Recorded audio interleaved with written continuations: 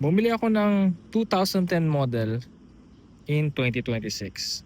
So this is a 2010 Lexus ES350.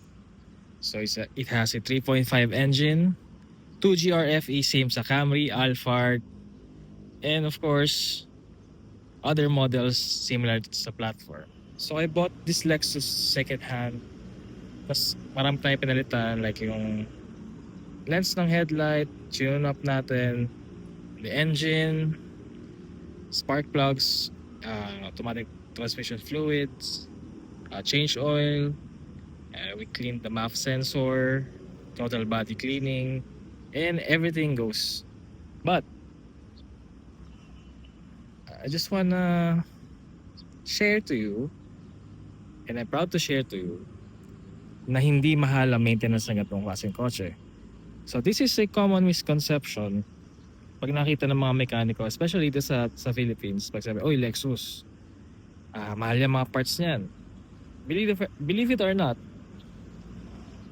yung brake pads niya, nabili ko, Aisin na yon. It's a good brand. It's an OEM brand for Toyota. So parang front 900 and the rear set is 500, something like that. And then when I got this car, the suspension niya ay actually wala nang damping effect. So matigas na siya. So bumili ako rear suspension, orange up. Sobrang mura. Parang nakuha ko 1,700 each. So most likely parang 3,400, 3,500 ish siya kasama ng shipping. So imagine, you have this luxury car and the parts are really dirt cheap. Why?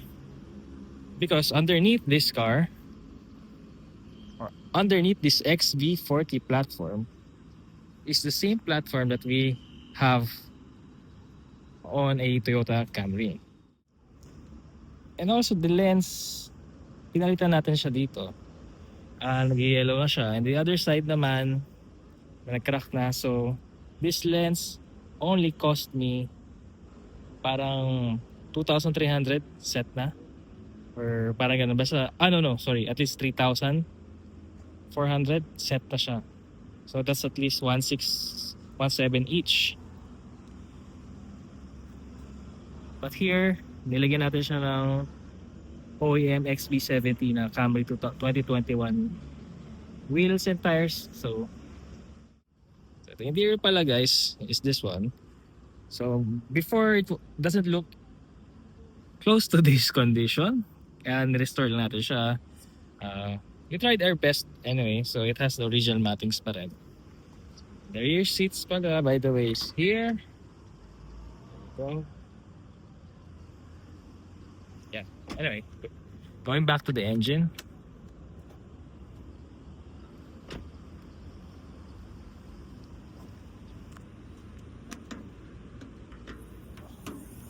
So here we go. Sa familiar itsura niya, this is the same engine from a Toyota Alphard, Toyota Camry 3.5. Of course, it's the 2GRFE, Highlander, and Lotus Elise, I think, same engine. So there we go. So makikita siya naka-cover naman, no?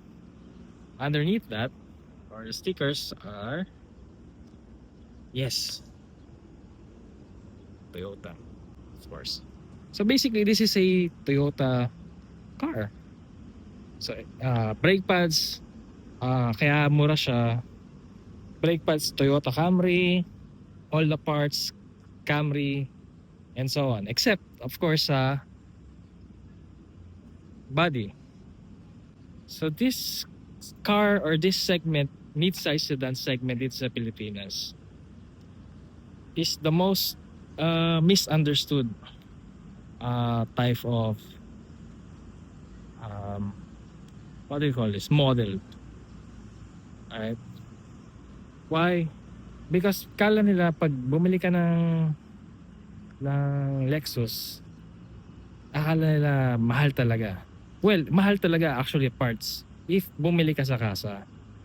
But if you've done some research, And of course, marami na mga part numbers available dyan. Pwede mo na siyang orderin online.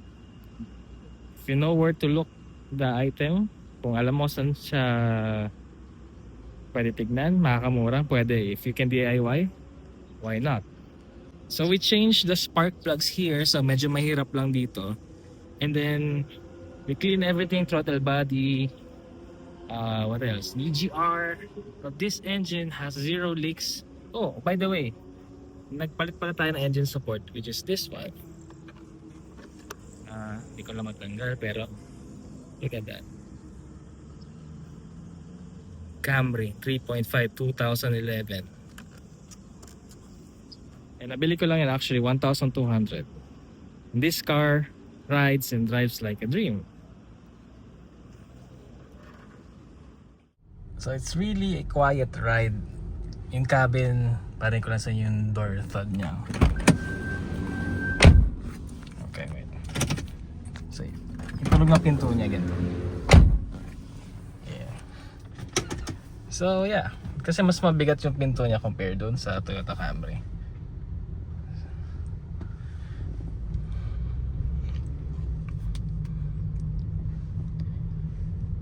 So kung ito yung cabin niya. So pag na-neutral ko siya, actually parang wala kang maririnig. As in, this is how quiet this ES350 sa loob ng cabin.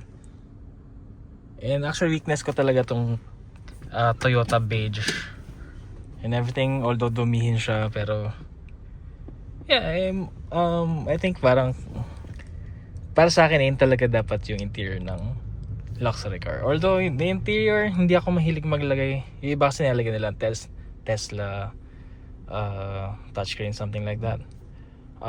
Sa akin mas gusto ko tong classic look. And check this out. Hang on. Oh yeah.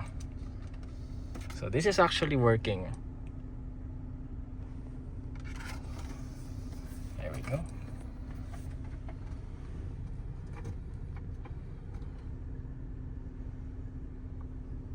Volume up.